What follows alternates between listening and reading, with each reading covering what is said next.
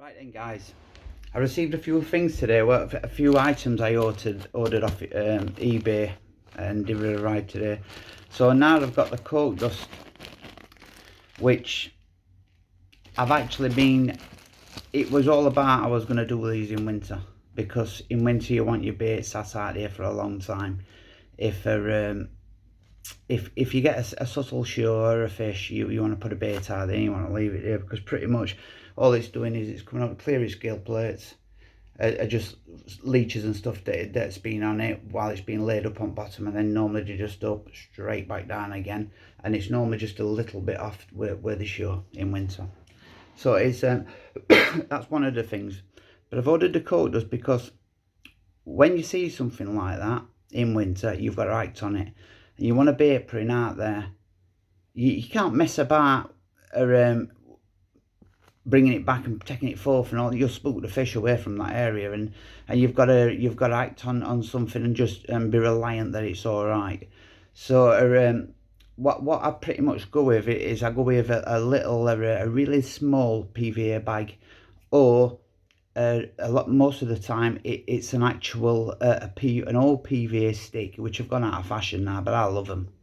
And all I'll do is I'll make a nice stick up a KBS or pineapple and butyric, ground to a crumb, a very fine crumb, a small piece of rig foam on either side of the hook, just so the point doesn't catch. And then I will pull the stick down, not actually onto the hook, otherwise you're going to take the foam off, and foam's important because you don't know, you're going to feel for the drop. If you get a nice drop, you're gonna leave it. This time of year you're going to get a nice drop if you fish with an helicopter rig, because most of later on in the year, sorry, you're going to get a nice drop because most of the weed will have died back. So just set that bead up roughly when weed dies off of any kind. You're talking, if you set that bead up, say about 2 foot. Set your bead up 2 to 3 foot up your lead core. Cast it out. You're going to be fishing on top of a weed nicely with a nice rig. You're going to be fishing on top of weed. So but that PVA stick it will land on the weed, and then it will break up, and then I will always have a pop-up. It will always be a pop-up, and that pop-up will come and sit up nicely, and the broke down bait will be at the side of it. The stick will be at the side of it. Now I want that pop-up to sit out there for a long time, sometimes for 48 hours. It just depends, guys. If you're fishing with 3 rods, and if I see a sign of a fish with that rod is not getting moved off that spot, I saw that fish. It's never on its head. I overcast it, and then I will whip it up, bring it back, and then drop it either about 4 to 6 foot in front of it, or behind it, but most of the time it's in front of where I saw the fish show, for the simple reason of I don't want the lead dropping down bang on its head.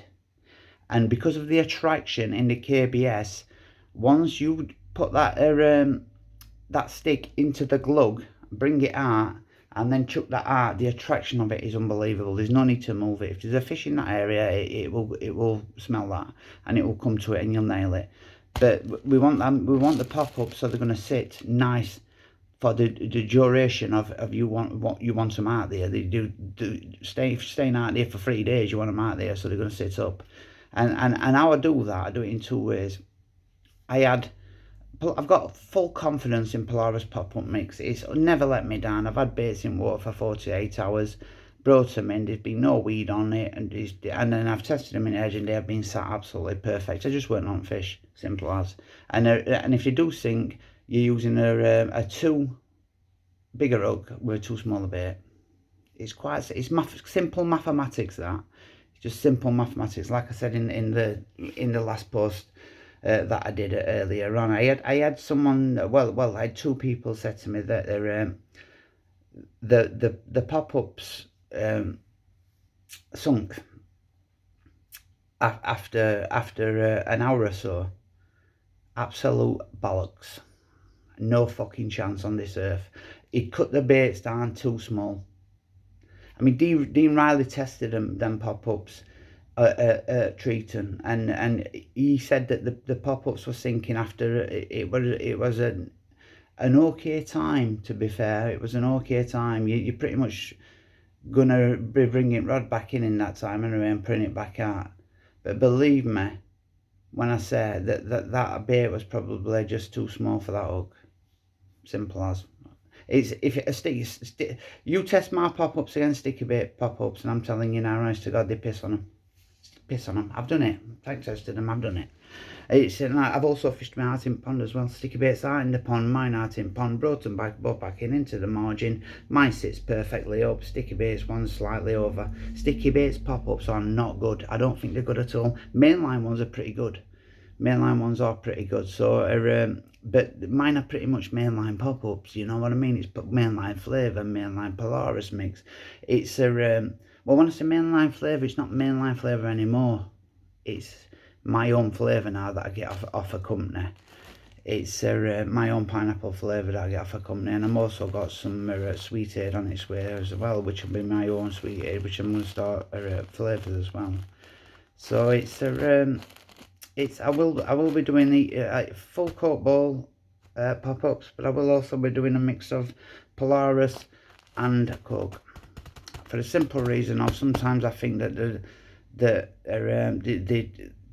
do it just helps a lot on some rigs with baiting spikes and so on and all that, if it's a mix of the both of them, and believe me, honest to God, they will sit upright for as long as you want them to sit upright with Polaris mix and this. But I will also be doing full coat ball in wafters and pop-ups, because I know some love them. I do, absolutely love them.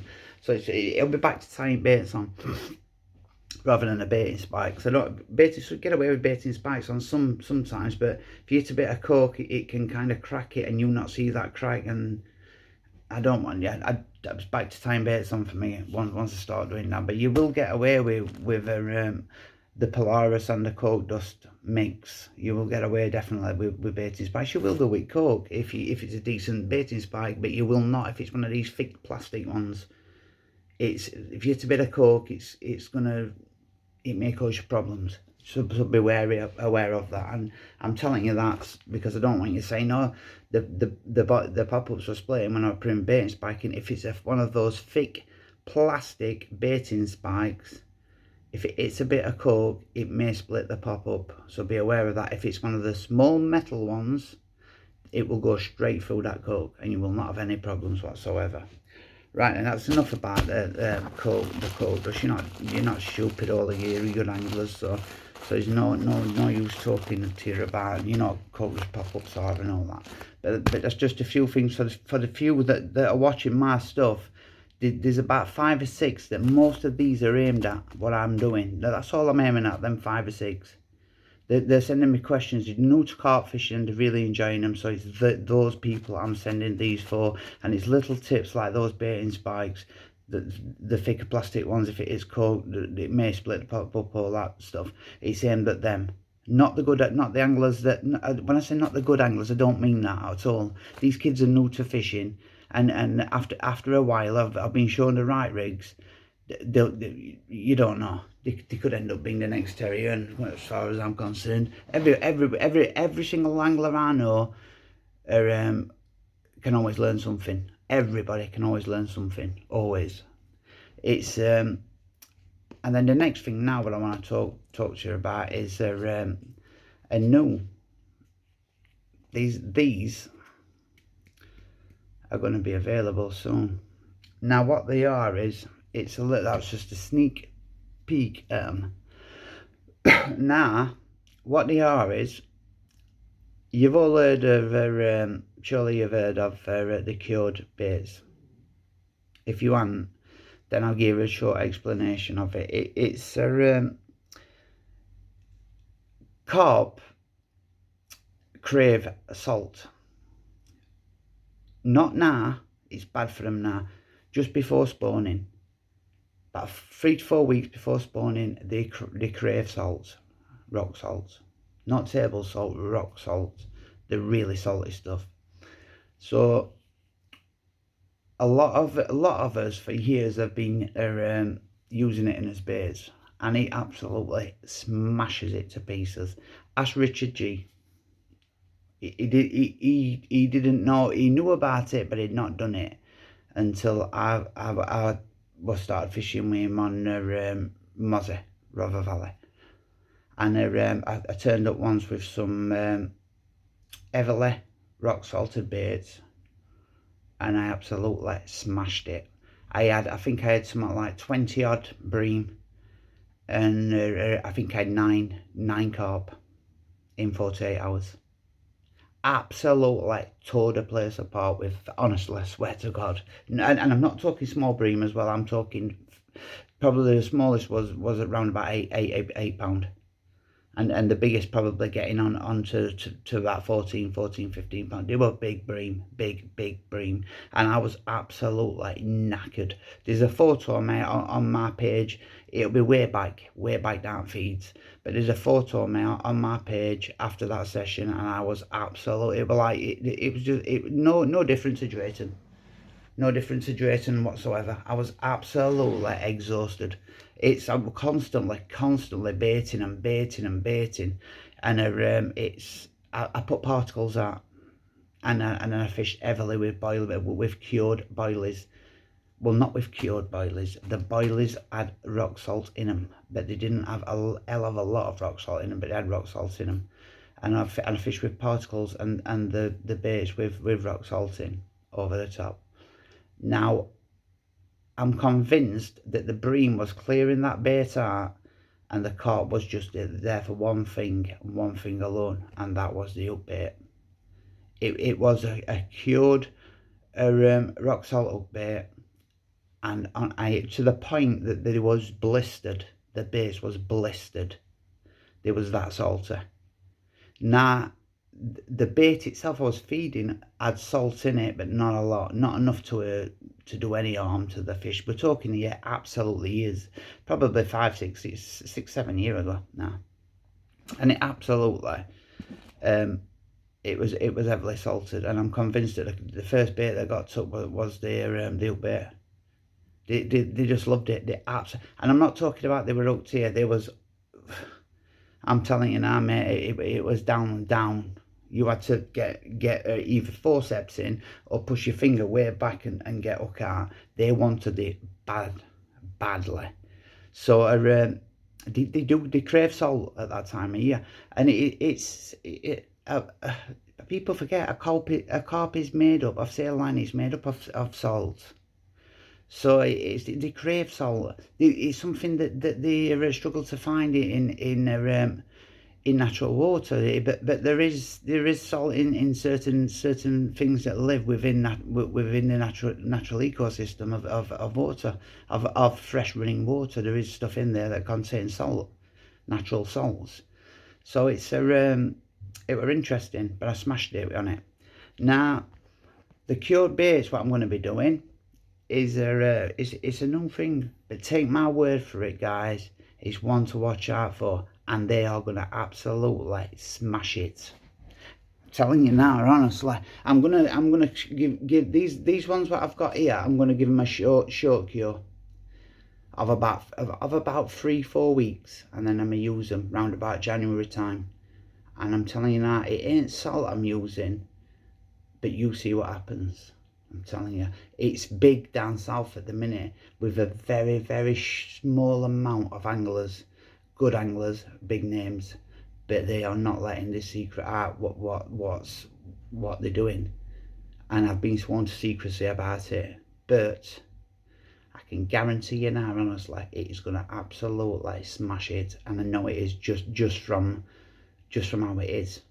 Now yesterday as well, the other thing is yesterday is I put some nuts into a base mix I'm rolling for when I fish water meadows. I'll prepare nuts. I prepare them. Most people prepare them in a glug or a lot just water. Now I prepare them in eggs. It's still a liquid, and they swell in eggs. They swell. So I'll take you through and I'll show you what that base mix looks like now, and then I'll stop rambling on a bit. Right then, guys. So this is the base mix now. I mean, you can see the nuts on the side here. There. They've swelled. As far as I'm concerned, that is ready. It's had about 12 hours soak, if not longer. If not longer than that. And you can see there, look. They've swelled.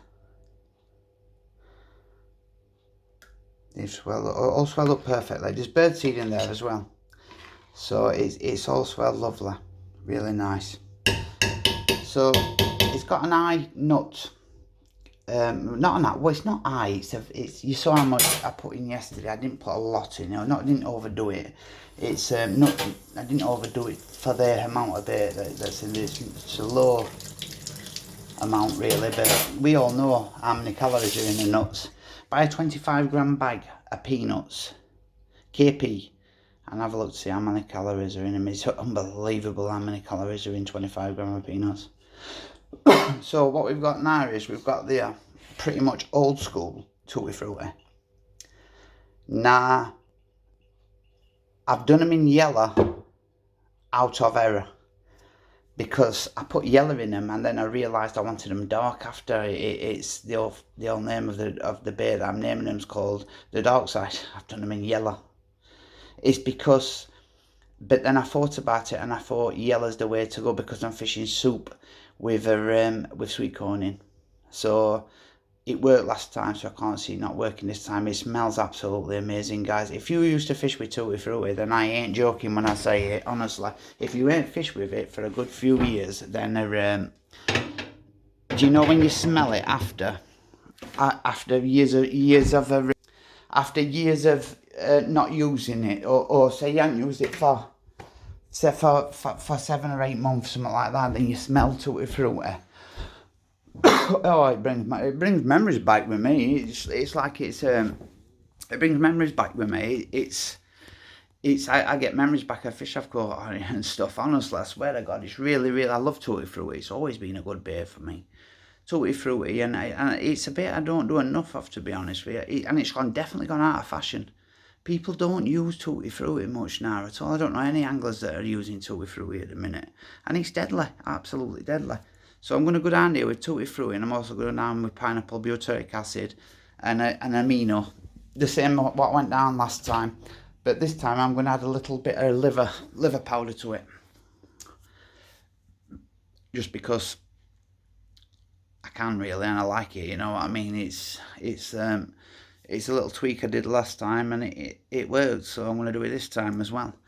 But I've also got another bait that's going to be coming out soon in pop-up form, liver pop-ups. I'm also going to be doing a bottom bait, a liver and amino, a bottom bait, a liver and amino for winter. Liver's deadly in winter, you know that surely. If you can't fish, liver is deadly. So they're just a few things that are coming through winter, guys, so watch out for them. But don't forget, it's still autumn, so feed them.